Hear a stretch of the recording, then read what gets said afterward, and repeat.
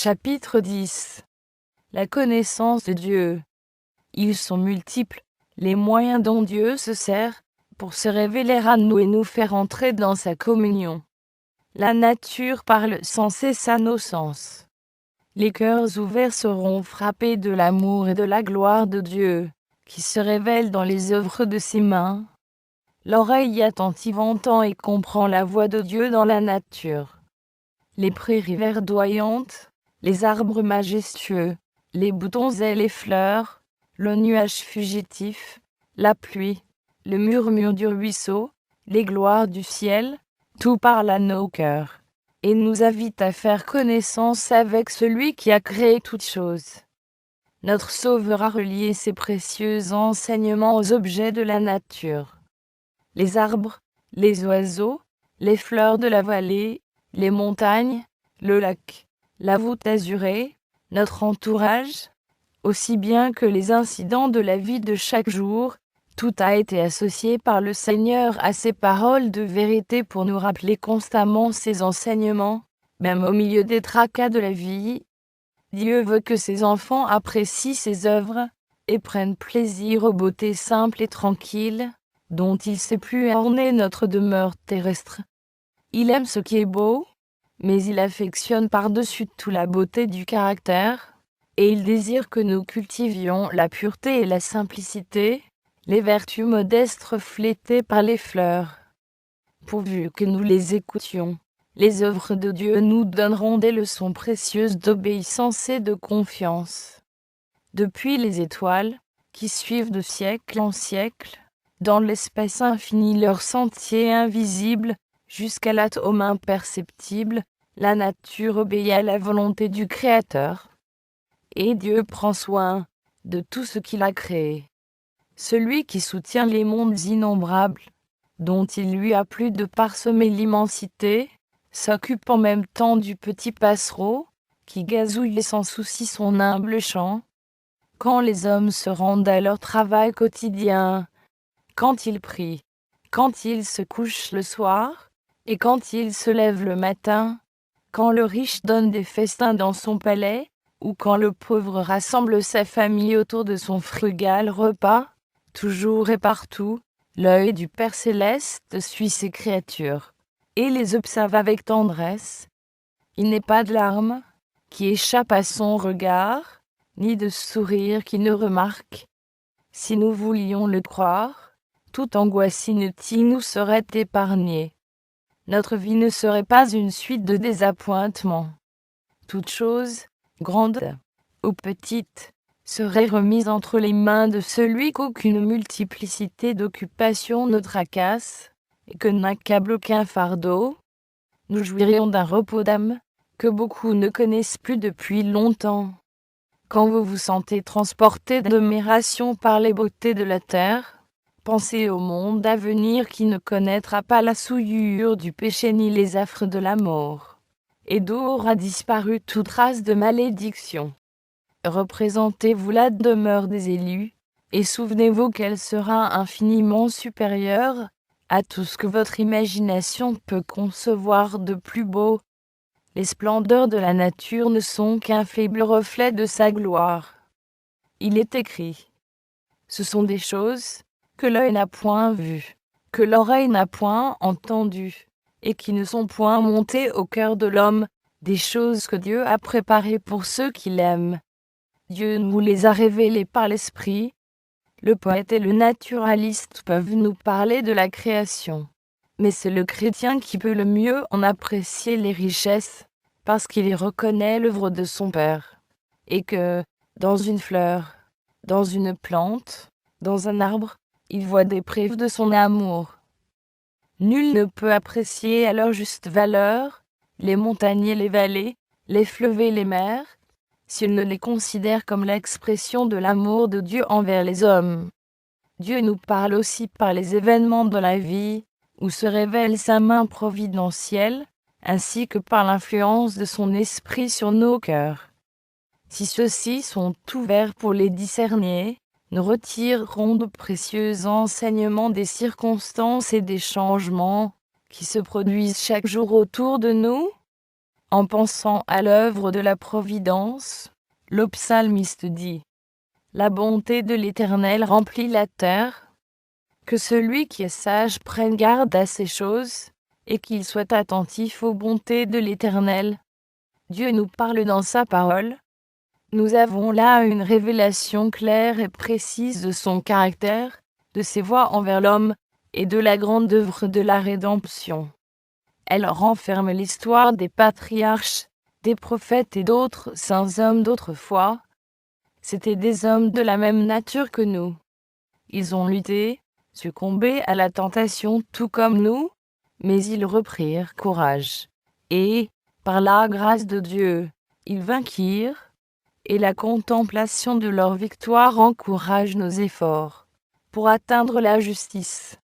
Quand nous considérons les précieuses expériences qu'ils ont faites, la lumière, l'amour et les bénédictions qui leur échurent en partage, et l'œuvre qu'ils ont accomplie par la grâce qui leur était communiquée, l'esprit qui les inspirait, allume dans nos cœurs la flamme d'une sainte émulation, et nous inspire le désir de posséder un caractère semblable au leur, et de marcher, comme eux, avec Dieu. Parlant des Écritures de l'Ancien Testament, et à combien plus forte raison de celles du Nouveau, Jésus dit : Ce sont elles qui rendent témoignage de moi. Oui, la Bible, tout entière nous parle de Jésus-Christ, le Rédempteur, celui en qui sont concentrées toutes nos espérances de vie éternelle. Depuis le récit de la création, car rien de ce qui a été fait n'a été fait sans lui, à la promesse finale. Je viens bientôt, il nous est parlé de ses œuvres, et nous entendons sa voix. Si vous voulez apprendre à connaître le Sauveur, étudiez les saintes Écritures. Remplissez votre cœur des paroles de Dieu. Elles sont l'eau vive, qui étanchera votre soif ardente. Elles sont le pain vivant, descendu du ciel. Voici la déclaration du Sauveur. Si vous ne mangez la chair du Fils de l'homme, et si vous ne buvez son sang, vous n'avez point la vie en vous-même. Et il s'explique en disant : Les paroles que je vous ai dites sont esprit et vie. Nos corps sont formés de ce que nous mangeons et buvons.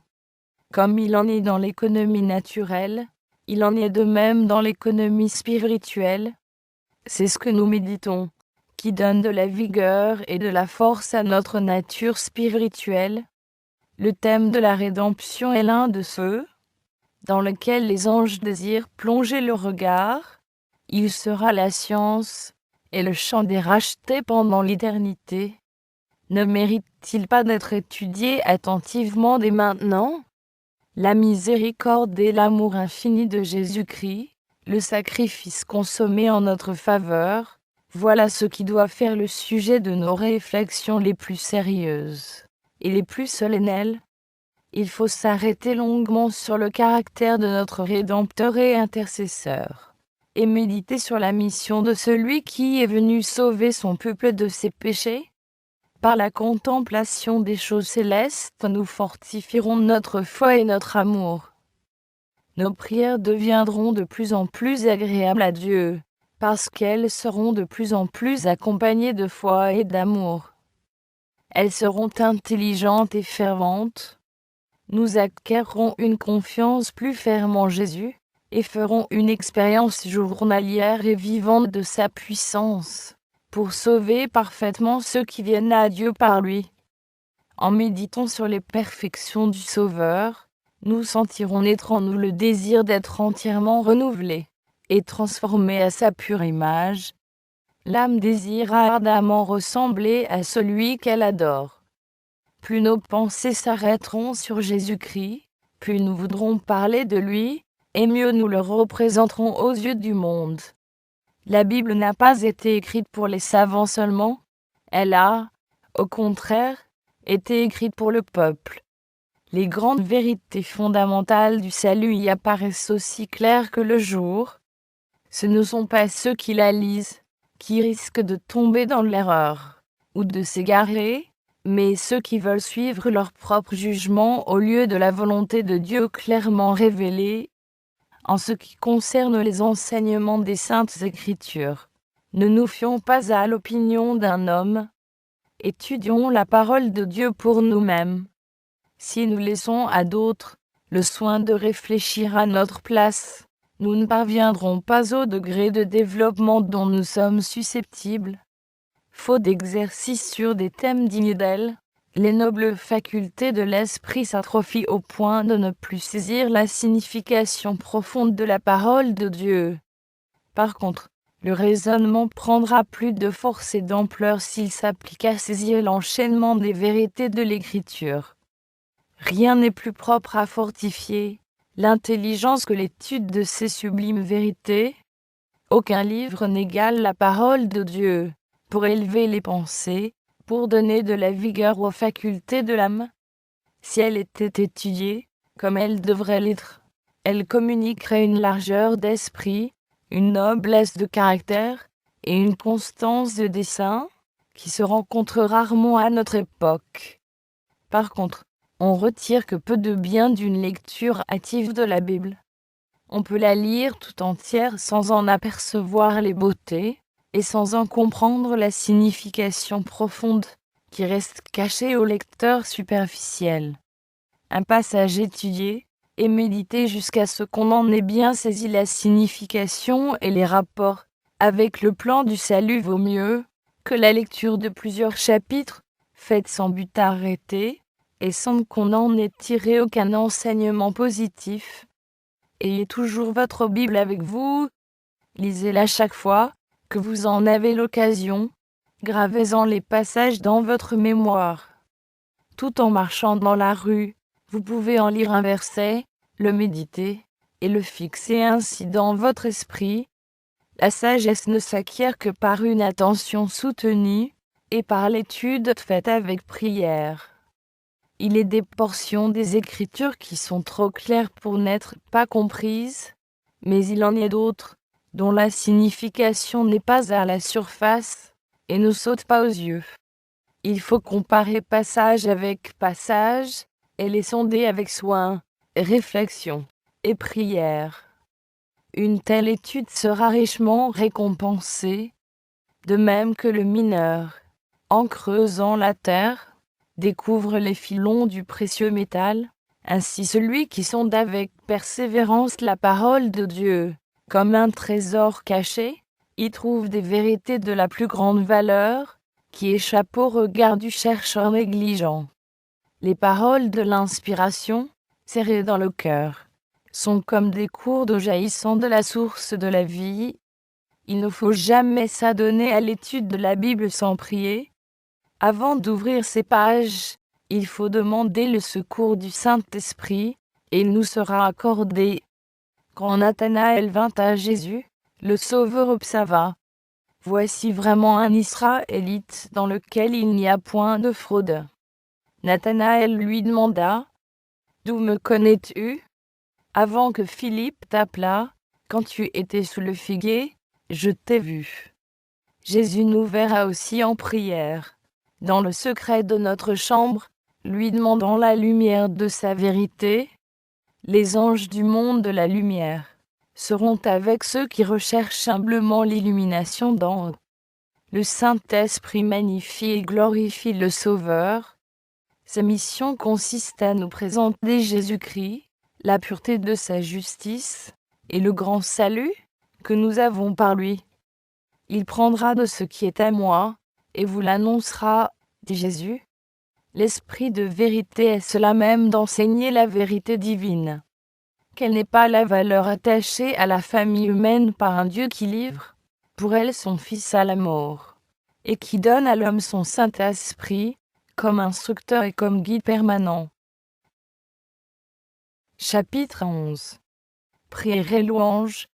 Dieu nous parle par la nature, et par la révélation, par sa providence, et par l'influence de son esprit. Mais cela n'est pas suffisant, nous avons besoin de lui ouvrir notre cœur.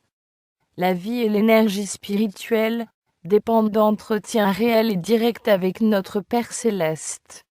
Notre esprit peut se reporter sur Dieu, nous pouvons méditer sur ses œuvres, sur sa miséricorde, sur ses bénédictions. Mais ce n'est pas là, dans le sens le plus complet du mot, être en communion avec lui.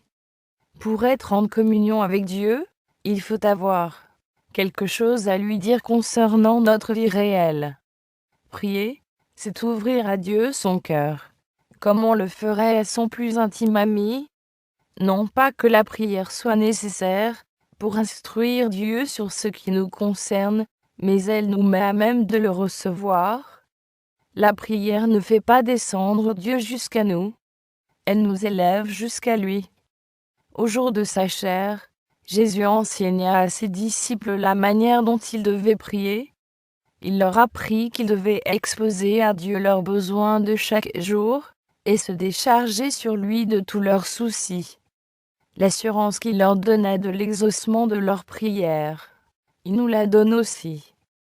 Durant son séjour parmi les hommes, Jésus était lui-même souvent en prière.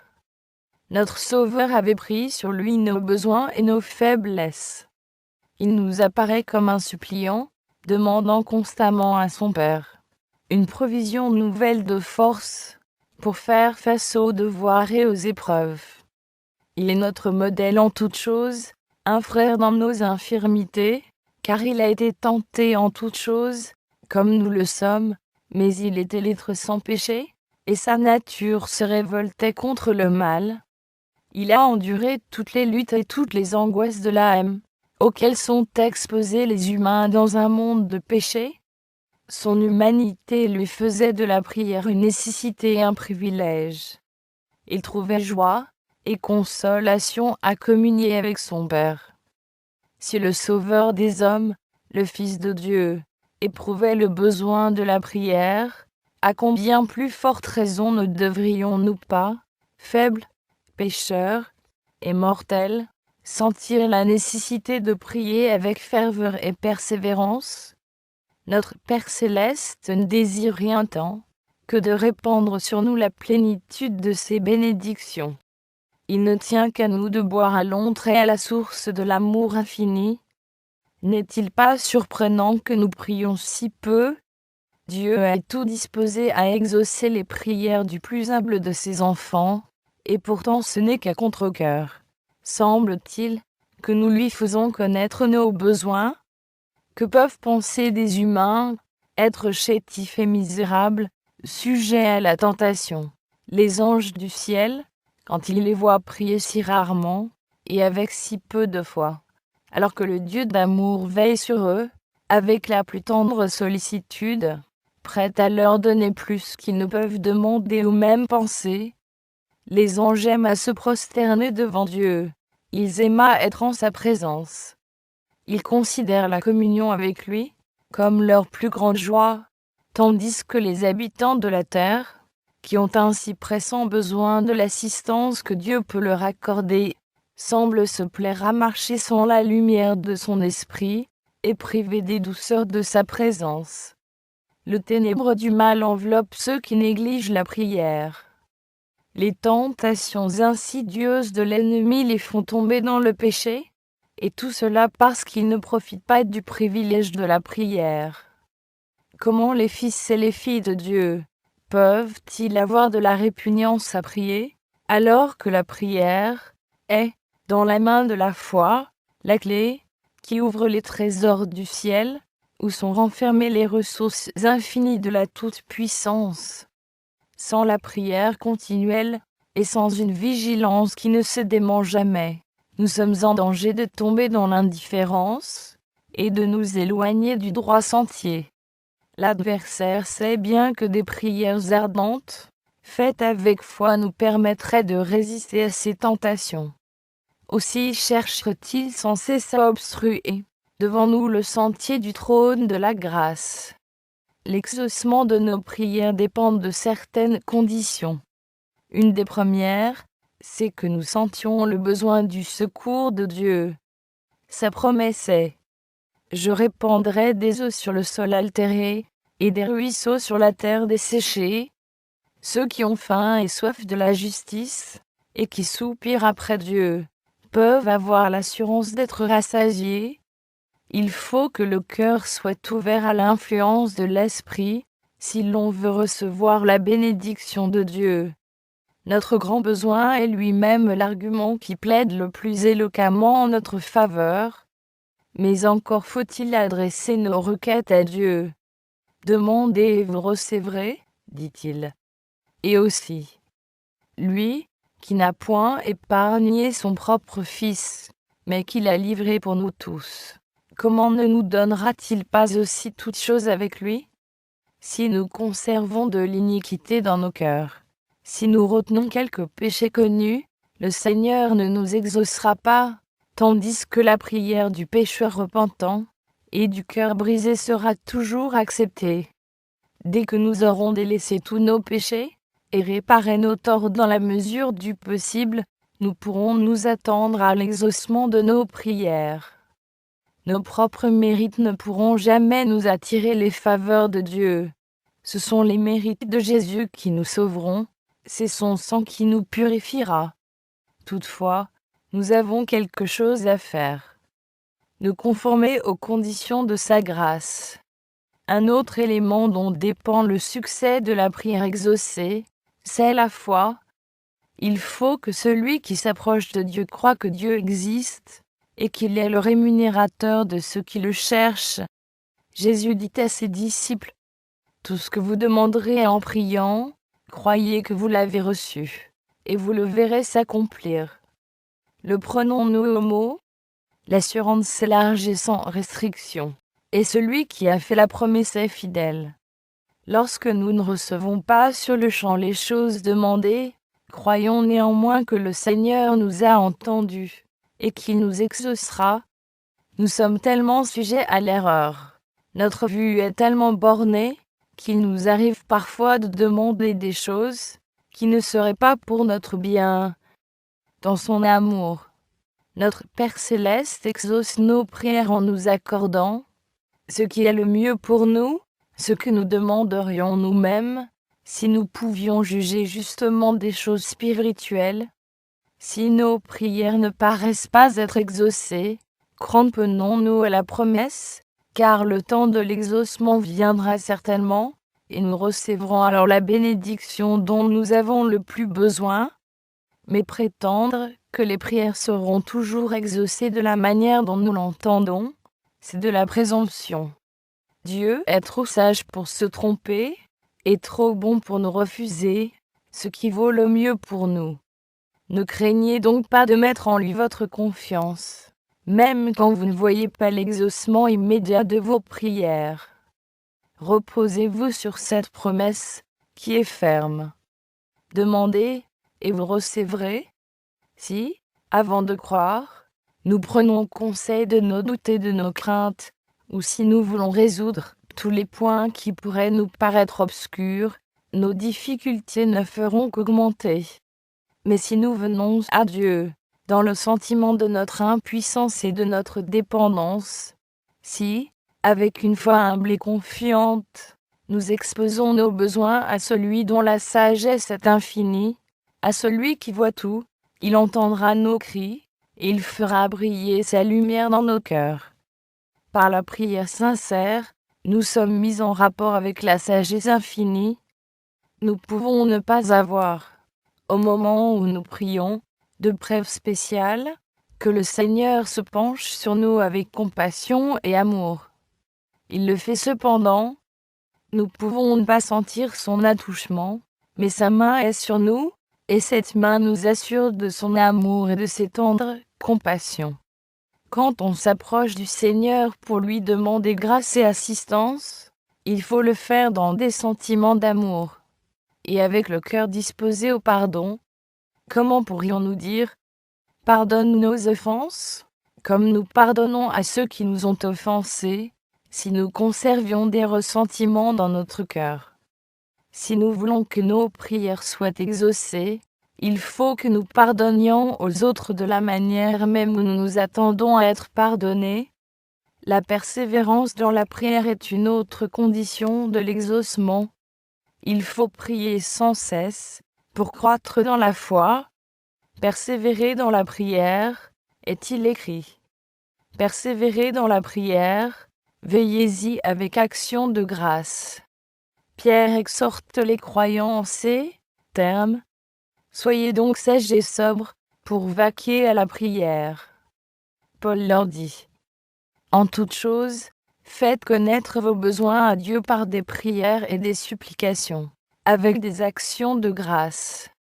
Pour vous, bien-aimés, dit Jude, vous édifiant vous-même sur votre très sainte foi, et priant par le Saint-Esprit, maintenez-vous dans l'amour de Dieu. La prière constante, c'est une union ininterrompue de l'âme avec le Seigneur, de sorte que la vie de Dieu agit en nous, et que de notre vie rejaillisse vers lui la pureté et la sainteté. La constance dans la prière est une nécessité, que rien ne s'interpose entre vous et ce devoir. Faites tout ce qui dépend de vous, pour maintenir une communion intime entre Jésus et votre âme. Recherchez toutes les occasions de vous rendre là, où l'on se réunit pour prier. Ceux qui cherchent véritablement la communion de Dieu seront présents aux réunions de prière, et y participeront, vivement désireux d'en retirer tous les avantages possibles. Ils profiteront de toutes les occasions, pour recevoir du ciel des rayons de bénédiction. Il faut aussi prier dans le cercle de la famille, et surtout ne pas négliger la prière privée, qui est la vie de l'âme. Impossible de prospérer spirituellement tout en négligeant la prière secrète. Prier en famille et en public ne saurait suffire. Quand vous êtes seul, ouvrez votre âme au regard scrutateur de Dieu. Votre prière ne doit être entendue que de lui seul. Aucune oreille curieuse ne doit être témoin de ses épanchements. Dans la prière secrète, l'âme est affranchie des influences extérieures, soustraite à toute excitation. Calme, mais fervente et suppliante, elle s'élève jusqu'à Dieu, qui est sa forteresse et sa force. Une influence douce et durable émanera de celui qui exauce les prières faites en secret, et dont l'oreille est ouverte aux requêtes de nos cœurs. Par une foi calme et simple, l'âme s'entretient avec le Très-Haut, et fait provision de force divine pour la lutte contre Satan. Priez dans votre chambre, mais élevez aussi vos cœurs vers le ciel tout en vaquant à vos occupations de chaque jour. C'est ainsi qu'Hénoch marchait avec Dieu. La prière silencieuse s'élève comme un précieux encens, jusqu'au trône de la grâce. Satan ne pourra jamais vaincre celui dont le cœur est ainsi assuré en Dieu. Il n'est pas de lieu ni de circonstance, où une prière ne soit de saison. Rien ne peut nous empêcher d'élever nos cœurs à Dieu dans une ardente requête. On peut faire monter vers lui une prière, et demander la direction d'en haut au milieu d'une rue encombrée, ou au cours d'un entretien commercial. Ainsi fit Néhémie, lorsqu'il présentait sa requête au roi Artaxerxès. Que la porte de notre cœur soit toujours ouverte, et que constamment monte vers Jésus, notre hôte céleste, l'invitation de venir y habiter. Même au sein d'une ambiance viciée et corrompue, nous pouvons respirer la pure atmosphère du ciel. Par une invocation sincère, fermons notre cœur à toute pensée impure, à toute rêverie coupable. Ceux dont le cœur est ouvert, pour recevoir le secours et la bénédiction de Dieu, vivront dans une atmosphère plus sainte que celle de la terre, et seront en communion constante avec le ciel. Il nous faut une vision plus claire de Jésus, une intelligence plus parfaite de la valeur des réalités éternelles. Il faut que la beauté de la sainteté remplisse le cœur des enfants de Dieu. Pour cela, demandons à l'auteur de toute sagesse de nous dévoiler les choses divines. Élevons nos âmes vers les hauteurs où l'on respire l'atmosphère du ciel. Nous pouvons vivre si près de Dieu qu'à chaque épreuve inattendue, nos pensées se tournent vers lui aussi naturellement que la fleur vers le soleil. Placez constamment devant Dieu vos besoins, vos joies, vos tristesses, vos soucis et vos craintes. Vous ne le fatiguerez pas. Vous ne pourrez jamais le lasser. Celui qui compte les cheveux de votre tête n'est pas indifférent aux besoins de ses enfants. Le Seigneur est plein de miséricorde et de compassion. Son cœur est touché de nos douleurs, et du récit même que nous lui en faisons. Apportez-lui tous vos sujets de préoccupation. Rien n'est trop lourd pour celui qui soutient les mondes, et dirige l'univers. Rien de ce qui touche à notre peine lui est indifférent. Il n'est pas dans notre vie chrétienne de chapitre trop sombre, pour qu'il en prenne connaissance, ni de problème si troublant qu'il n'en trouve la solution. Nulle calamité ne fond sur le moindre de ses enfants, nulle angoisse ne torture son âme, nulle joie ne leur anime, nulle prière sincère ne monte de ses lèvres, qui échappe à l'attention de notre Père céleste, et à laquelle il ne prenne un intérêt immédiat. Il guérit ceux qui ont le cœur brisé, et il pense leurs blessures. Les rapports entre chaque âme et Dieu sont aussi distincts, aussi suivis, que s'il n'y avait que cette seule âme pour laquelle il a donné son Fils bien-aimé. Jésus dit, « En ce jour, vous demanderez en mon nom, et je ne vous dis pas que je prierai le Père pour vous, car le Père lui-même vous aime. Je vous ai choisi, afin que ce que vous demanderez au Père en mon nom, il vous le donne. Mais prier au nom de Jésus, c'est plus et mieux que de mentionner son nom au commencement et à la fin de sa prière.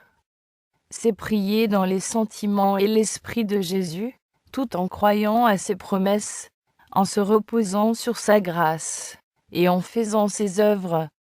Dieu ne désire pas que nous devenions ermites ou moines et que nous nous retirions du monde pour nous adonner exclusivement à l'adoration. Notre vie doit être semblable à celle de Jésus-Christ. Partagée entre l'oratoire de la montagne et la foule, celui qui se contente uniquement de prier, se lassera bientôt de le faire, ou ses prières finiront par n'être plus que de vaines redites. Quand on se retire de la vie sociale, loin des devoirs et des luttes chrétiennes, quand on cesse de travailler activement pour le Maître qui a en effet pour nous, on perd l'objet même de la prière, et il ne reste plus rien qui nous pousse à la pratique de la piété. Les prières deviennent personnelles et égoïstes. On ne peut plus demander à Dieu la force nécessaire pour travailler au bien de l'humanité et à l'édification du royaume de Jésus-Christ.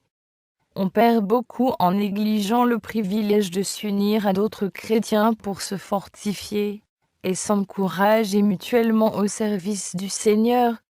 Les vérités de la parole inspirée perdent leur éclat et leur importance.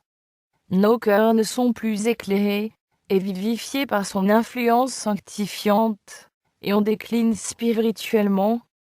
Dans nos rapports entre chrétiens, nous perdons beaucoup par le manque de sympathie les uns envers les autres. Celui qui se renferme en lui-même n'occupe pas la place que le Seigneur lui avait assignée. La culture convenable de l'élément social de notre nature nous porte à sympathiser avec autrui et contribue à notre développement en vue du service de Dieu. Si les chrétiens se réunissaient pour se parler mutuellement de l'amour de Dieu et des précieuses vérités de la rédemption, leur cœur en serait affermi, et ils se fortifieraient les uns les autres. Nous pouvons apprendre chaque jour quelque chose de plus concernant notre Père céleste. Nous pouvons faire journellement de nouvelles expériences de sa grâce. Celles-ci feront naître en nous le besoin irrésistible de parler de son amour. Et ces récits même riches offront et stimuleront nos cœurs. Si nos pensées et nos discours étaient davantage remplis de Jésus, et moins de nous-mêmes, nous jouirions beaucoup plus de sa présence. Si nous pensions à Dieu chaque fois qu'il nous donne des preuves de sa tendre sollicitude, il serait constamment dans nos pensées, et nous prendrions tout notre plaisir à le louer. Nous parlons des choses temporelles parce qu'elles nous intéressent. Nous parlons de nos amis parce que nous les aimons. Nos joies et nos douleurs sont intimement liées aux leurs. Et pourtant, nous avons infiniment plus de raisons d'aimer Dieu que nos amis terrestres. Lui donner la première place dans nos pensées parler de sa bonté et de sa puissance, devrait être pour nous les choses les plus naturelles du monde.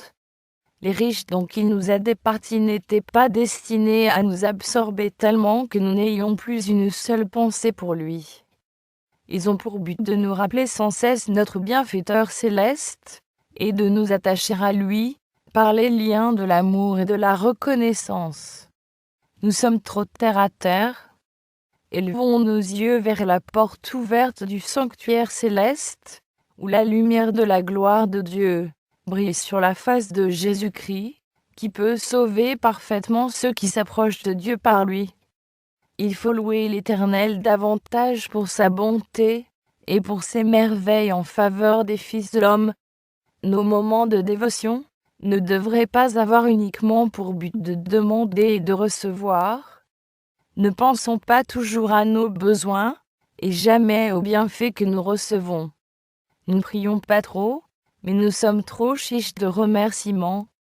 Nous sommes les objets constants de la miséricorde de Dieu, et cependant, avec quelle parcimonie nous lui exprimons notre reconnaissance en retour de tout ce qu'il a fait pour nous.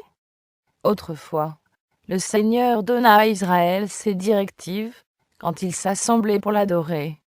C'est là que vous mangerez devant l'Éternel, votre Dieu, et que, vous et vos familles, vous ferez servir à votre joie tous les biens par lesquels l'Éternel, votre Dieu, vous aura béni. Ce qui est fait pour la gloire de Dieu devrait être fait avec joie, avec chant de louange et action de grâce, et non pas avec tristesse et morosité. Notre Dieu est un Père tendre et compatissant. Ne considérons jamais son service comme un labeur déprimant et angoissant. Adorer le Seigneur et travailler à son œuvre devrait être pour nous un plaisir. Dieu ne veut pas que ceux auxquels il a procuré un si grand salut le considèrent comme un maître dur et sévère. Il est leur meilleur ami, et il veut se trouver au milieu d'eux, quand il adore, pour les bénir, les consoler, et remplir leur cœur de joie et d'amour. Le Seigneur désire que ses enfants trouvent du réconfort à son service, et rencontrent dans son œuvre plus de sujets de joie que de sujets de tristesse. Il désire que ceux qui viennent pour l'adorer s'en retournent, emportant avec eux la précieuse assurance de sa sollicitude et de son amour, ainsi que la mesure nécessaire de grâce pour se livrer avec joie à leurs occupations journalières, et agir fidèlement et honnêtement en toutes choses. Réunissons-nous autour de la croix. Que Jésus-Christ et Jésus-Christ crucifié soient l'objet de notre contemplation, le thème de nos entretiens et de nos plus douces émotions. Gardons le souvenir de toutes les bénédictions que nous recevons de la part du Seigneur, et dès que nous serons rendus compte de son grand amour, consentons à tout remettre entre les mains qui pour nous ont été clouées à la croix. Sur les ailes de la louange, l'âme peut s'envoler vers le ciel. Dieu est adoré dans les cours célestes par des chants et des instruments de musique. Et c'est par nos actions de grâce et de reconnaissance que notre culte se rapprochera le plus de celui des armées célestes. Celui qui offre pour sacrifice des actions de grâce me glorifie. Venons donc en présence du Seigneur avec respect, mais aussi avec joie pour lui apporter nos actions de grâce et l'expression de notre reconnaissance. Chapitre 12. Que faire des doutes? Il est des chrétiens, particulièrement les jeunes dans la foi, qui sont parfois troublés par les suggestions du scepticisme. Il y a dans la Bible bien des choses qu'ils ne peuvent expliquer ni même comprendre, et Satan s'en sert pour ébranler leur foi dans les saintes écritures, comme révélation de Dieu. Comment pourrions-nous connaître la bonne voie, se demande-t-il. Si la Bible est véritablement la parole de Dieu, comment nous affranchir des doutes dont nous sommes obsédés? Dieu ne nous demande jamais de croire sans nous donner des preuves suffisantes pour servir de base à notre foi. Son existence, son caractère, la véracité de sa parole, tout cela est établi par des témoignages qui en appellent à notre raison, et ces témoignages sont abondants. Toutefois, Dieu n'a jamais enlevé la possibilité du doute. Notre foi doit reposer sur l'évidence, et non sur des démonstrations. Ceux qui désirent douter en auront l'occasion, tandis que ceux qui veulent réellement connaître la vérité, trouveront des preuves assez nombreuses pour y asseoir leur foi. Il est impossible à un esprit borné de comprendre parfaitement les œuvres ou le caractère de l'infini. Cet être saint demeurera toujours enveloppé de mystères, même pour les esprits les plus transcendants, et pour les intelligences les plus cultivées. Prétends-tu sonder les pensées de Dieu, parvenir à la connaissance parfaite du Tout-Puissant? Elle est aussi haute que les cieux. Que feras-tu? Plus profonde que le séjour des morts. Que sauras-tu? L'apôtre Paul pousse cette exclamation. Aux profondeurs de la richesse, de la sagesse et de la science de Dieu. Que ses jugements sont insondables, et que ses voies sont incompréhensibles. Mais quoique les nuages et l'obscurité l'environnent, la justice et l'équité sont la base de son trône. Nous pouvons pénétrer assez loin dans la connaissance des voies de Dieu à notre égard et des mobiles, qui le guident pour savoir qu'il met une puissance infinie au service d'un amour incommensurable. Nous pouvons comprendre de ses desseins tout ce qui nous est utile. Quant au reste, nous devons encore nous en remettre à une main toute puissante, à un cœur qui n'est qu'amour. De même que le caractère de son auteur, la parole de Dieu nous présente des mystères qui ne pourront jamais être élucidés par des êtres bornés.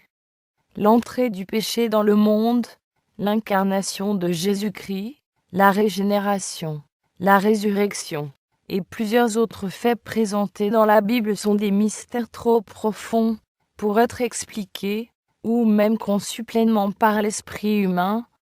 Cependant, Dieu nous a donné dans les Écritures des preuves suffisantes de leur divinité, et nous n'avons nullement lieu de douter de sa parole, parce que nous ne pouvons pas comprendre les mystères de sa providence. Dans le monde matériel, nous sommes constamment entourés de mystères que nous ne pouvons pénétrer. Les plus humbles manifestations de la vie sont un problème que les plus sages philosophes sont incapables d'expliquer. De tous côtés se présentent des merveilles qui surpassent notre intelligence. Faut-il donc être surpris s'il se trouve dans le monde spirituel des mystères insondables? Toute la difficulté se trouve dans la faiblesse et l'étroitesse de l'esprit humain. L'apôtre Pierre dit qu'il y a dans les Écritures des points difficiles à comprendre, dont les personnes ignorantes et mal affermies tordent le sens, pour leur propre ruine. Les sceptiques ont tiré de ces points difficiles des arguments contre la Bible. Mais ce sont là au contraire des preuves solides de sa divine inspiration. Si elle ne nous disait de Dieu que des choses aisées à comprendre, si l'esprit borné de l'homme pouvait facilement embrasser sa grandeur et sa majesté, la Bible ne porterait pas le sceau indubitable de l'autorité divine. La grandeur même, et le mystère des thèmes qui y sont traités devraient nous porter à croire qu'elle est la parole de Dieu. La Bible révèle la vérité, avec une telle simplicité et une adaptation si parfaite aux besoins et aux aspirations du cœur humain, qu'elle a fait le charme et l'étonnement des esprits les plus transcendants. D'autre part, elle met les humbles et les illettrés à même de comprendre le chemin du salut.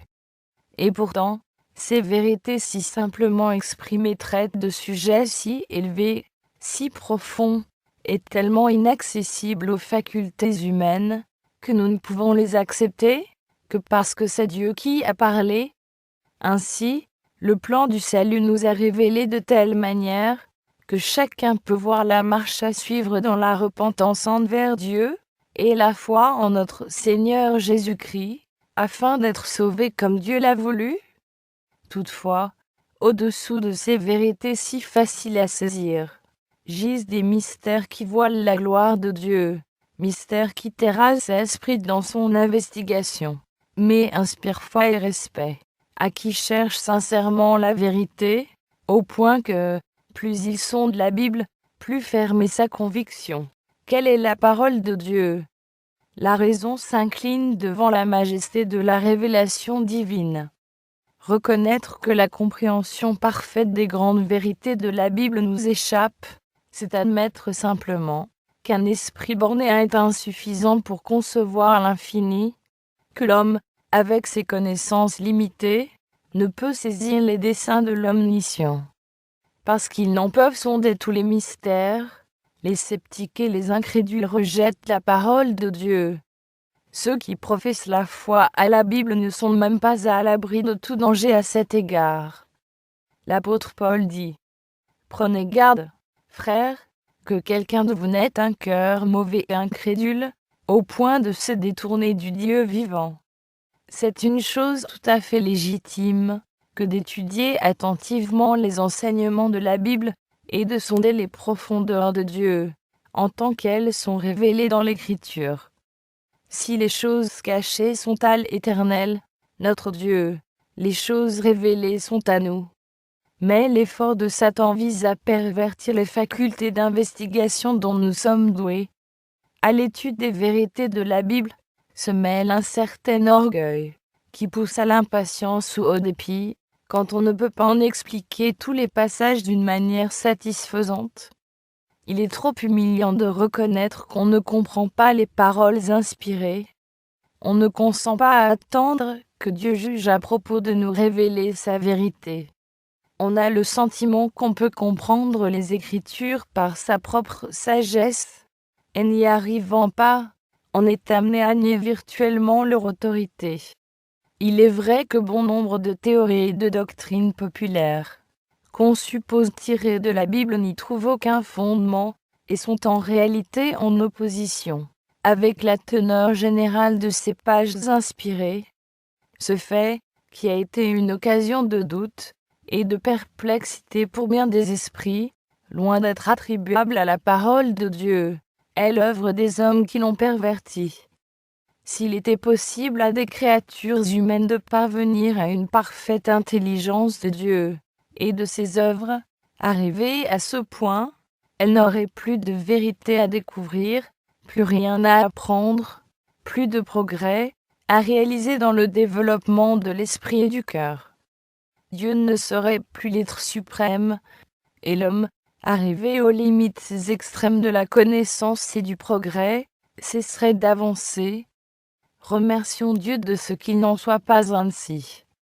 Dieu est infini, en lui sont cachés tous les trésors de la sagesse et de la science, et pendant toute l'éternité, les hommes ne cesseront de chercher et d'apprendre, sans jamais épuiser les trésors de sa sagesse, de sa bonté et de sa puissance. Il entre dans les desseins de Dieu que, même en cette vie, sa vérité continue sans cesse à se dévoiler aux yeux de son peuple. Et l'on ne peut obtenir l'intelligence de la parole de Dieu que par l'illumination de l'Esprit qu'il a donné. Personne ne connaît les choses de Dieu, si ce n'est l'Esprit de Dieu. Car l'Esprit sonde tout, même les profondeurs de Dieu. La promesse du Sauveur à ses disciples est : quand le Consolateur sera venu, l'Esprit de vérité, il vous conduira dans toute la vérité, il prendra de ce qui est à moi, et il vous l'annoncera. Dieu désire que l'homme fasse usage de sa raison. Plus que toute autre étude, celle de la Bible fortifiera, et en affaiblira son esprit. Toutefois, il faut prendre garde de ne pas déifier la raison, qui est sujette aux faiblesses et aux infirmités de l'humanité. Si nous ne voulons pas que les Écritures nous soient voilées, de telle façon que nous ne soyons plus à même d'en comprendre les vérités les plus évidentes, il faut posséder la simplicité et la foi d'un petit enfant, prêt à apprendre, et à implorer l'assistance du Saint-Esprit, le sentiment de la puissance et de la sagesse de Dieu, aussi bien que celui de notre incapacité de concevoir sa grandeur, devrait nous porter à l'humilité, et nous aider à ouvrir sa parole, avec les mêmes dispositions d'adoration et de crainte, que si nous entrions en sa présence.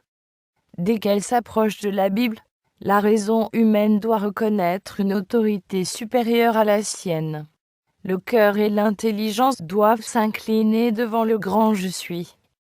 Bien des choses apparemment difficiles ou obscures seront rendues par Dieu claires et simples pour ceux qui en recherchent l'intelligence dans cet esprit. Mais sans le secours du Saint-Esprit, nous sommes toujours enclins à tordre les Écritures et à en donner de fausses interprétations. Beaucoup lisent la Bible sans profit, voire même pour leur perte. Quand on ouvre la parole de Dieu sans respect et sans prière, quand les pensées et les affections ne reposent pas sur Dieu, ou ne sont pas en harmonie avec sa volonté, l'entendement est bientôt obscurci par le doute, et l'étude même de la Bible contribue à fortifier le scepticisme. L'ennemi prend possession de nos pensées, et nous suggère des interprétations qui ne sont pas correctes. Dès qu'un homme, quelque savant qu'il puisse être, cesse d'être d'accord avec la Bible, soit par ses paroles, soit par ses actes, il est certainement condamné à errer dans sa compréhension des Écritures. Il faut se défier de ses explications. Ceux qui étudient la Bible pour y découvrir des erreurs n'ont pas de discernement spirituel. Leur vision faussée verra des causes de doute et d'incrédulité là, où tout est simple et clair. Qu'on la déguise comme on voudra, dans la plupart des cas, la cause réelle du doute et du scepticisme, c'est l'amour du péché. Les enseignements et les restrictions de la parole de Dieu ne sont pas agréables que orgueilleux et pervers, et ceux qui ne sont pas disposés à se conformer à ses exigences sont vite prêts à révoquer en doute son autorité. Pour parvenir à la connaissance de la vérité, il faut avoir un désir sincère de la connaître et un cœur disposé à s'y conformer. Ceux qui entreprennent l'étude de la Bible dans ses sentiments trouveront des preuves évidentes et nombreuses de son inspiration divine et acquerront l'intelligence de vérité qui les rendront sages à salut. Jésus a dit : si quelqu'un veut faire la volonté de Dieu, il connaîtra si ma doctrine est de Dieu, ou si je parle de mon chef. Au lieu de douter de ce que vous ne comprenez pas ou de discuter, suivez la lumière qui brille déjà sur votre sentier, et vous en recevrez davantage. Par la grâce de Jésus-Christ, acquittez-vous de tous les devoirs qui vous ont été clairement révélés, et vous serez mis à même de comprendre et d'accomplir ce sujet desquels vous êtes en ce moment dans le doute. Il y a une catégorie de preuves accessibles aux plus ignorants comme aux plus savants. Ce sont celles de l'expérience. Dieu nous invite à éprouver pour nous-mêmes la réalité de sa parole et la certitude de ses promesses. Il nous dit : sentez et voyez combien l'Éternel est bon. Au lieu de s'en tenir au témoignage d'autrui, il faut l'éprouver soi-même. Dieu dit : demandez et vous recevrez. Ses promesses s'accompliront. Elles n'ont jamais failli, et elles ne failliront jamais. Quand nous approcherons de Jésus, et que nous nous réjouirons de la plénitude de son amour, nos doutes et les ténèbres qui nous environnent se dissiperont à la lumière de sa présence. L'apôtre Paul dit que Dieu nous a délivrés de la puissance des ténèbres, et nous a transportés dans le royaume du Fils de son amour. Quiconque est passé de la mort à la vie a certifié que Dieu est vrai. Il peut dire : j'avais besoin de secours, et je l'ai trouvé en Jésus. Il a été pourvu à tous mes besoins. La faim de mon âme a été apaisée, et maintenant la Bible est pour moi la révélation de Jésus-Christ. Me demandez-vous pourquoi je crois en Jésus ? Parce qu'il est pour moi un divin sauveur. Et pourquoi je crois à la Bible ? Parce que j'y ai trouvé la voix de Dieu parlant à mon âme. Nous pouvons avoir en nous-mêmes le témoignage que la Bible est la vérité, que Jésus est le Fils de Dieu. Nous savons que nous ne suivons pas des fables habilement conçues.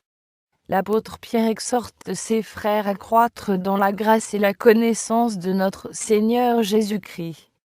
À mesure que les enfants de Dieu croissent en grâce, ils obtiennent une compréhension de plus en plus claire de sa parole.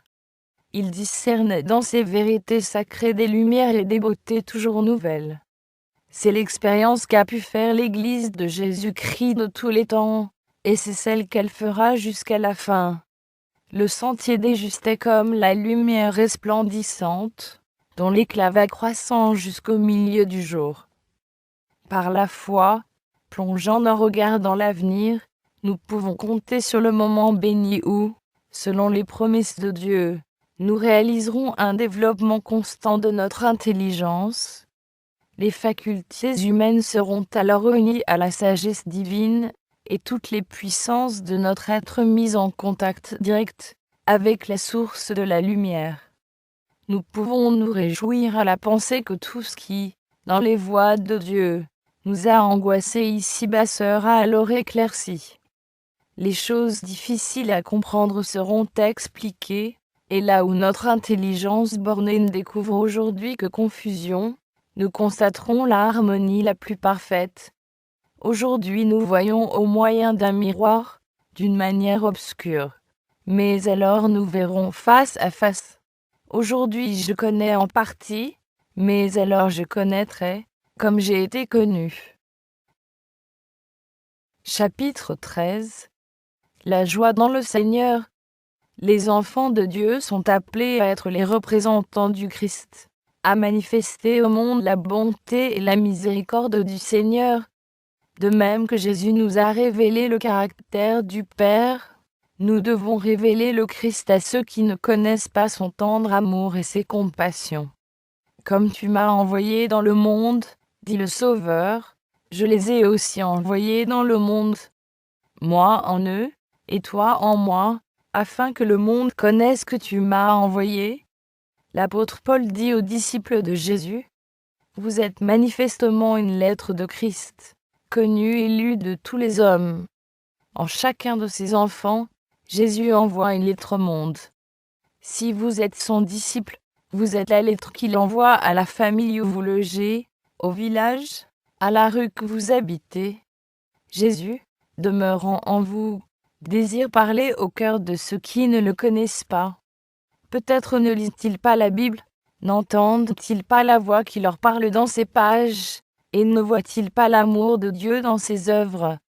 Mais si vous êtes un véritable représentant de Jésus, il est possible que, par vous, il soit amené à comprendre quelque chose de sa bonté, l'aimer, à le servir.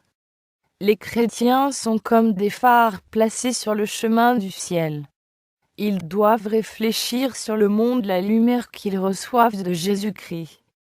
Leur vie et leur caractère devraient être tels que d'autres puissent obtenir par eux une juste conception du Sauveur et de son service. Si nous le représentons fidèlement, nous ferons paraître son service attrayant, comme il l'est en réalité. Les chrétiens qui sont toujours sombres et abattus, qui murmurent et qui se plaignent, donnent au monde une fausse conception de Dieu et de la vie chrétienne. Ils font croire que le Seigneur n'aime pas voir ses enfants heureux, et ils portent un faux témoignage contre notre Père céleste. Satan exulte quand il peut entraîner les chrétiens à l'incrédulité et au découragement. Il est heureux quand il voit que nous manquons de confiance en Dieu, et que nous doutons de son désir et de sa capacité de nous sauver. Il aime à nous faire croire que les dispensations divines nous porteront préjudice. C'est l'œuvre de Satan de nous représenter le Seigneur comme dénué de miséricorde et de compassion. Il dénature les faits et remplit les imaginations de notions erronées par rapport à Dieu. Et nous, au lieu de chercher la vérité, en ce qui concerne notre Père céleste, trop souvent nous nous arrêtons aux calomnies de Satan, et nous déshonorons Dieu par notre manque de confiance, et nos murmures contre lui. Satan s'efforce toujours de représenter la piété sous un jour sombre. Il désire faire paraître la religion pénible et fastidieuse. Aussi, quand le chrétien présente dans sa vie le christianisme, sous ce faux jour, son incrédulité confirme le mensonge de Satan. Bon nombre de personnes foulent le sentier de la vie, le regard tourné vers leurs erreurs, leurs fautes et leurs désappointements, le cœur abreuvé de tristesse et de découragement.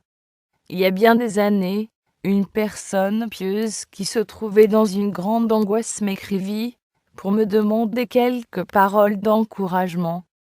La nuit qui suivit la réception de sa lettre, je rêvais que je parcourais les sentiers d'un jardin en compagnie de celui qui paraissait en être le propriétaire. Chemin faisant, je cueillais des fleurs et jouissais beaucoup de leur parfum, quand la personne en question, qui était à mes côtés, attira mon attention sur de vilaines ronces qui l'empêchaient d'avancer, et elle se désolait. Au lieu de suivre le sentier avec le guide, elle s'égarait parmi les ronces et les épines. Quel malheur, s'écriait-elle, que ce magnifique jardin soit abîmé par des épines. Le guide lui dit : ne vous occupez donc pas des épines, qui ne feront que vous blesser. Cueillez les roses, les lys et les œillets. N'avez-vous pas eu dans votre vie chrétienne des points lumineux ? N'avez-vous pas vécu de précieux moments, où votre cœur tressaillait de joie sous l'influence du Saint-Esprit ? Quand vous jetez un regard en arrière sur les chapitres de votre vie, n'y trouvez-vous pas des pages agréables ? Les promesses de Dieu, telles des fleurs embaumées, ne croissent-elles pas tout le long de votre sentier ? Permettez à leur beauté et à leur douceur de combler votre cœur de joie. Les épines et les ronces ne peuvent que vous blesser et vous attrister. Et si vous ne cueillez que ces choses pour les présenter à d'autres, outre que vous repoussez vous-même la bonté de Dieu, vous empêchez ceux qui vous entourent de marcher dans le sentier de la vie. Il n'est pas sage de rassembler tous les souvenirs pénibles de sa vie, ses chutes et ses déceptions, pour en parler à d'autres, et s'en lamenter jusqu'à ce que le découragement vous envahisse. Une âme découragée est entourée de ténèbres. Elle repousse la lumière divine et projette une ombre sur le sentier d'autrui. Remercions Dieu des tableaux, riant qu'il étale sous nos yeux. Recueillons, afin de pouvoir les contempler, toujours les précieuses assurances de son amour. Le Fils de Dieu, quittant le trône de son Père, et voilant sa divinité sous notre humanité, afin d'arracher l'homme à la puissance de Satan.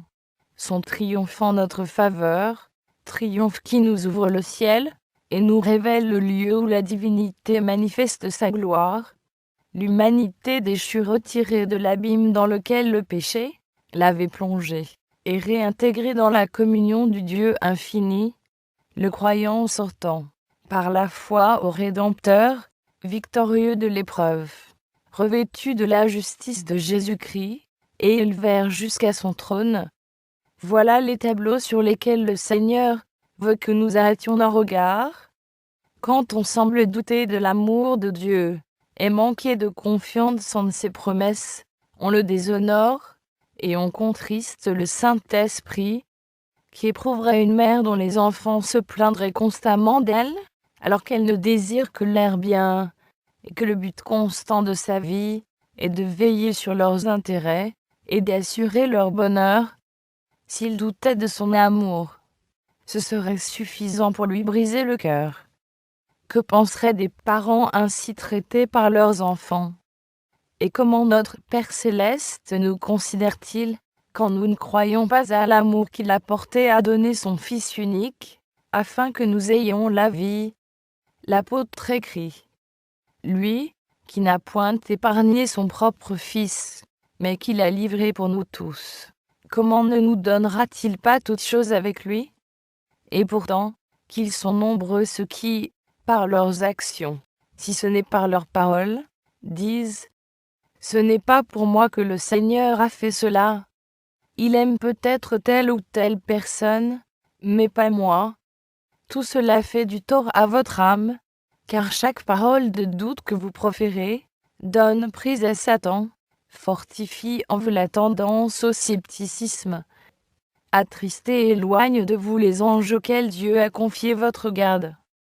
Quand Satan vous tente, ne laissez pas échapper une seule parole d'incrédulité ou de découragement. Si vous ouvrez la porte de votre cœur à ces suggestions, votre esprit sera bientôt rempli de méfiance et de pensées rebelles. Et si vous exprimez vos sentiments, chaque doute que vous énoncerez non seulement réagira sur vous, mais jettera une semence qui germera dans la vie d'autrui, et portera des fruits, dont vous ne pourrez peut-être pas arrêter la croissance. Vous sortirez peut-être victorieux de la tentation et des pièges de Satan, mais d'autres, ébranlés par votre influence, pourront ne jamais être à même d'échapper au scepticisme semé par vous. Combien il est important que nous ne prononcions que des paroles pouvant communiquer la force spirituelle et la vie. Les anges surveillent la manière dont vous représentez votre Maître céleste aux yeux du monde. Que votre conversation ait comme sujet celui qui vit pour intercéder en votre faveur devant le Père. Quand vous serrez la main d'un ami, que ce soit la louange de Dieu au cœur et sur les lèvres, car ainsi les pensées de cet ami se porteront vers Jésus. Chacun a des épreuves à traverser, des chagrins lourds à porter, des tentations difficiles à surmonter. Ne parlez pas de vos difficultés aux mortels, vos semblables, mais placez-les devant Dieu par la prière. Prenez pour règle de ne jamais proférer une seule parole de doute ou de découragement. Par des paroles d'espérance et de sainte confiance, vous pouvez embellir la vie de vos semblables et soutenir leurs efforts. Mainte âme courageuse, accablée par la tentation, et sur le point de succomber dans la lutte contre le moi, et contre la puissance des ténébreux. Ne la découragez pas dans ces rudes combats. Réconfortez-la par des paroles d'espérance. C'est ainsi que la lumière de Jésus-Christ peut briller par vous. Nul de nous ne vit pour lui-même. Par notre influence inconsciente, quelqu'un peut-être soit encouragé et fortifié, soit découragé et éloigné du Sauveur et de sa vérité. Bien des gens ont des notions erronées sur la vie et le caractère de Jésus. Ils le croient étranger à toute cordialité rayonnante. Ils se le représentent dur, austère, sans joie. Dans bon nombre de cas, ces idées incorrectes déteignent sur l'expérience religieuse tout entière. On entend parfois dire « Jésus pleurait souvent, mais on ne sait pas qu'il ait jamais souri ». Notre Sauveur était, en effet, un homme de douleur et habitué à la souffrance, car il ouvrait son cœur à tous les maux de l'humanité. Mais bien que sa vie fût faite de renoncements, de peines et de soucis, son esprit n'était pas abattu. Son visage ne portait pas l'empreinte du chagrin, mais de la plus parfaite sérénité. Son cœur était une source de vie, et partout où il allait, il apportait avec lui le calme, la paix, la joie et le bonheur. Notre Sauveur était profondément sérieux, mais il n'était jamais taciturne et morose. La vie de ceux qui l'imitent aura un but bien arrêté. Ils auront un sentiment profond de leur responsabilité personnelle. La légèreté sera réprimée. Toute hilarité bruyante, toute plaisanterie déplacée sera bannie. La religion de Jésus nous donne une paix qui coule comme un fleuve. Elle n'éteint pas la joie, ne restreint pas la bonne humeur, n'assombrit pas le visage radieux et souriant. Jésus-Christ est venu, non pour être servi, mais pour servir. Celui dans le cœur duquel son amour règne suivra son exemple. Si nous donnons la première place, dans nos souvenirs aux injustices et aux actions peu aimables, dont nous avons été victimes de la part de nos semblables, il nous sera impossible de les aimer comme Jésus-Christ nous a aimés. Mais si nos pensées s'arrêtent sur l'amour merveilleux, et sur la compassion de Jésus à notre égard, nous en parlerons autour de nous. Nous devons nous aimer et nous respecter mutuellement, malgré les fautes et les imperfections qu'on ne peut pas ne pas voir. Il faut cultiver l'humilité et la défiance du moi, ainsi qu'une tendre patience envers les faiblesses d'autrui. Cela extirpera tout égoïsme étroit et nous rendra magnanimes et généreux. Le psalmiste dit : Confie-toi en l'Éternel, et pratique le bien. Aie le pays pour demeure, et la fidélité pour pâture. Confie-toi en l'Éternel. Chaque jour nous apporte ses épreuves, ses soucis et ses perplexités. Et combien nous sommes enclins, quand nous rencontrons nos amis, à les entretenir de nos difficultés et de nos épreuves. Nous traînons avec nous tant d'ennuis et emprunts. Nous exprimons tant de sujets de crainte, nous portons un tel poids de soucis et d'anxiété, que ceux qui nous entendent pourraient supposer que nous n'avons pas un Sauveur aimant et compatissant, prêt à entendre nos requêtes, et à nous secourir au moment du besoin. Il est des personnes qui vivent de crainte et d'appréhension. Chaque jour elles sont entourées des preuves de l'amour de Dieu. Chaque jour elles jouissent des largesses de sa providence, mais elles ne voient pas les bénédictions présentes.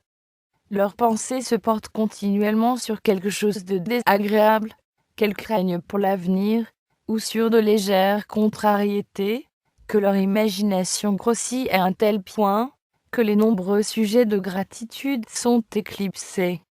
Les difficultés qu'elles rencontrent, au lieu de les pousser vers Dieu, l'unique rocher de leur secours, les séparent de lui, parce qu'elles éveillent l'incertitude et la disposition au murmure.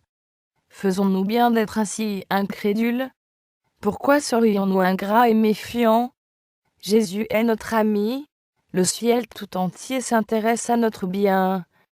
Il ne faut pas permettre aux préoccupations et aux tracas de la vie de chaque jour de nous énerver, et d'assombrir nos fronts. Si nous le faisons, nous aurons toujours quelque chose pour nous tourmenter. Il ne faut pas se livrer à de stériles soucis qui épuisent sans profit. Vos affaires peuvent vous causer de l'anxiété, vos perspectives devenir de plus en plus sombres, et vous pouvez être menacé de faire de grandes pertes. Mais ne vous laissez pas aller au découragement. Confiez tous vos soucis à Dieu, et demeurez calme et joyeux. Demandez au ciel la sagesse nécessaire pour diriger judicieusement vos affaires, afin d'éviter des pertes désastreuses. De votre côté, faites tout ce qui dépend de vous, pour mener à bien vos entreprises. Jésus nous a promis son assistance, mais non pas sans notre coopération. Quand vous avez fait tout votre possible en vous reposant sur celui qui est votre secours, acceptez avec joie ce qui peut survenir. Il n'entre pas dans les desseins de Dieu que ses enfants soient tracassés par les soucis. Par contre, notre Dieu ne nous trompe pas. Il ne nous dit pas: ne craignez point, il n'y a pas de danger sur votre route. Il sait que nous aurons des épreuves et des dangers à affronter, et il est franc avec nous. Il ne se propose pas de retirer son peuple hors d'un monde de péché et de corruption, mais il lui montre un refuge assuré. La prière du Sauveur en faveur de ses disciples était: je ne te prie pas de les ôter du monde, mais de les préserver du mal. Vous aurez des tribulations dans le monde, dit-il. Mais prenez courage, j'ai vaincu le monde. Dans son sermon sur la montagne, le Seigneur donne à ses disciples de précieux enseignements sur une nécessité de se confier en Dieu. Ces enseignements étaient destinés à encourager les chrétiens de tous les temps, et ils nous sont parvenus pour notre instruction et notre consolation. Le Sauveur attire l'attention de ses disciples sur les oiseaux du ciel qui font retentir les airs de leur chant de louange, sans se mettre en souci de leurs besoins. Ils ne sèment ni ne moissonnent, dit-il, et pourtant, leur Créateur pourvoit à leurs besoins. Le Sauveur demande: ne valez-vous pas beaucoup plus qu'eux? Le grand pourvoyeur de l'homme et des animaux ouvre sa main, et subvient aux besoins de toutes ses créatures. Les oiseaux n'échappent pas à son attention. Il ne leur jette pas la nourriture dans leur bec, mais il leur donne du grain à recueillir. À eux le soin de réunir les matériaux de leur nid, et de nourrir leurs petits. Ils se mettent au travail en chantant, parce que le Père céleste les nourrit. Adorateurs spirituels et intelligents, N'as-tu pas plus de valeur que les oiseaux?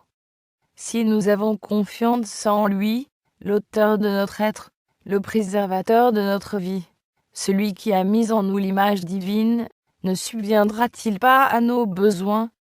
Jésus appelait aussi l'attention de ses disciples sur les fleurs des champs qui croissent à profusion dans la beauté simple, dont le Père céleste les a revêtues en signe de son amour envers l'homme.